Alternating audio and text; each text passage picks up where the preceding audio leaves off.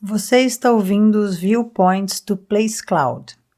Pesquisadores contam histórias de lugares em diferentes partes do mundo.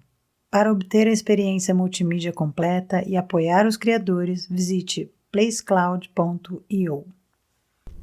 Aqui no convento de Santo Antônio, no centro da cidade do Recife, está enterrado o corpo do militar brasileiro Henrique Dias. Sabemos que ele nasceu em Pernambuco, mas a falta de informações sobre o local exato e a data de seu nascimento revelam o quanto os ex-escravizados eram completamente invisibilizados no Brasil colonial, mesmo se tratando de uma figura importante para a história do país. Ele era filho de escravizados da África, libertos, e considerado um dos heróis das Batalhas dos Guararapes, episódios decisivos que culminaram com a expulsão dos holandeses do Nordeste do Brasil em 1654. Henrique Dias era chamado de governador-geral dos crioulos, negros e mulatos, segundo a terminologia da época, e ele atuou como mestre de campo de um regimento de homens negros na luta de resistência à ocupação holandesa em Pernambuco, e depois na guerra que resultou na restauração do domínio português 24 anos depois da invasão. Sua participação na resistência à ocupação holandesa alimenta parte do mito sobre a união das três raças, brancos, negros e indígenas, na defesa do país contra os invasores colonialistas. Um outro acontecimento, muito mais mitológico e cívico do que histórico, foi quando nas lutas armadas da resistência contra a invasão holandesa, ele levou um tiro na mão esquerda, posteriormente levando à amputação. O que se disse por muito tempo aqui em Pernambuco é que, ao se ver sem uma das mãos, bradou que para derrotar os holandeses não precisava das duas. Essas histórias que povoam o imaginário popular não têm apoio em fontes históricas nem podem ser confirmadas hoje no século XXI. Mas é geralmente esse tipo de conteúdo patriótico, cuja veracidade parece pouco importar para os que querem acreditar nos seus mitos. A verdade é que Henrique Dias tem espaço garantido nos livros de história do Brasil como um líder militar na luta contra os holandeses. Mas será que ele teve em vida tanto reconhecimento?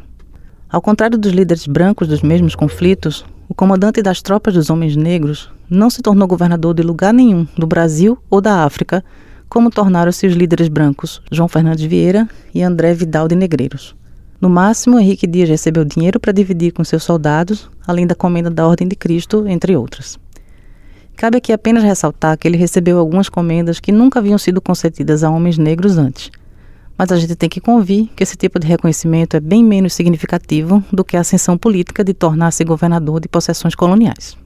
Em vários momentos da história do Brasil, a memória de Henrique Dias foi resgatada para animar as tropas de homens de cor, que em períodos de guerra eram de grande importância para as campanhas militares. Em conflitos internos no século XIX, por exemplo, as tropas formadas por homens negros eram apelidadas de os Henriques, em memória do restaurador. Mas queiram ou não queiram os cívicos, esse tipo de homenagem também é um marcador racial, que evidenciava a cor da pele desses combatentes. Henrique Dias morreu no Recife em 1662. Outro herói restaurador não branco que garantiu seu lugar nos livros de história foi o indígena Poti, que nasceu na aldeia velha de Iguapó, no atual estado do Rio Grande do Norte, em 1591. Foi batizado e catequizado no ano de 1612, onde hoje é o município potiguar de Extremóis. Poti recebeu o nome cristão de Antônio Felipe Camarão, sendo o primeiro nome homenagem ao rei de Portugal e o segundo ao rei da Espanha. Nesse período, para quem não lembra, Portugal e Espanha estavam unidos pelos termos da União Ibérica. Voltando ao indígena Poti, o nome Camarão foi dado como uma tradução para o português de seu nome na etnia de origem. Felipe Camarão, como ficou mais conhecido, teve uma educação jesuíta, foi alfabetizado em língua portuguesa e dominava um pouco de latim. Sua carreira militar ao lado dos portugueses o colocou em contato com a guerra contra os invasores e contrabandistas de pau-brasil que assolavam as terras do norte do Brasil. Esteve presente na expulsão dos franceses no Maranhão e na reconstrução de sua capital, a cidade de São Luís, em 1614. Nessa ocasião, Felipe Camarão já comandava uma tropa indígena de 200 homens, adquirindo experiência de comando e de luta que mais tarde o tornará um grande nome da restauração portuguesa no norte brasileiro, depois de 24 anos de presença holandesa. Um desses eventos posteriores que lhe rendeu mais fama foi a invasão holandesa a Salvador, capital geral do Brasil, em 1624. Felipe Camarão e seus comandados estiveram na ofensiva que culminou na recuperação da sede portuguesa no Brasil. Para quem não lembra, essa foi a primeira ofensiva holandesa contra os domínios portugueses, mas terminaram expulsos depois de um ano de tentativas de ocupação. Na resistência em Salvador, Felipe Camarão guerreou ao lado de outro importante restaurador, o comandante André Vidal de Negreiros. Com a invasão holandesa a Pernambuco, em 1630, ele logo se alistou à resistência e recebeu o título de capitão dos indígenas e a tarefa de liderar guerreiros do seu povo para se juntar às forças portuguesas que resistiram até a derrota definitiva. Recebeu do rei Filipe II da Espanha um brasão de arma com a patente de capitão-mor dos índios, em graça aos serviços prestados em guerra contra os invasores do Brasil, como se portugueses e espanhóis também não fossem.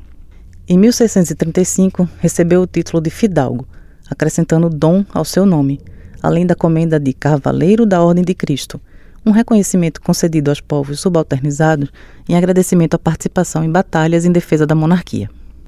Quando se iniciaram as inflamações contra os holandeses, a partir de 1645, as tropas restauradoras portuguesas contaram mais uma vez com os serviços do comandante Felipe Camarão e seus indígenas potiguares. Eles lutaram nas batalhas das Tabocas e de Casa Forte, ambas em 1645, e na primeira Batalha dos Guararapes em 1648. Depois desse conflito, Felipe Camarão adoeceu e se retirou para a cidade de Goiânia para se recuperar, fato que não aconteceu, e o capitão-mor dos índios faleceu em 1649, sem ver a vitória contra os holandeses concretizada. Seu corpo está sepultado na Imperial Igreja de Nossa Senhora do Rosário, atualmente no bairro da Várzea, no Recife.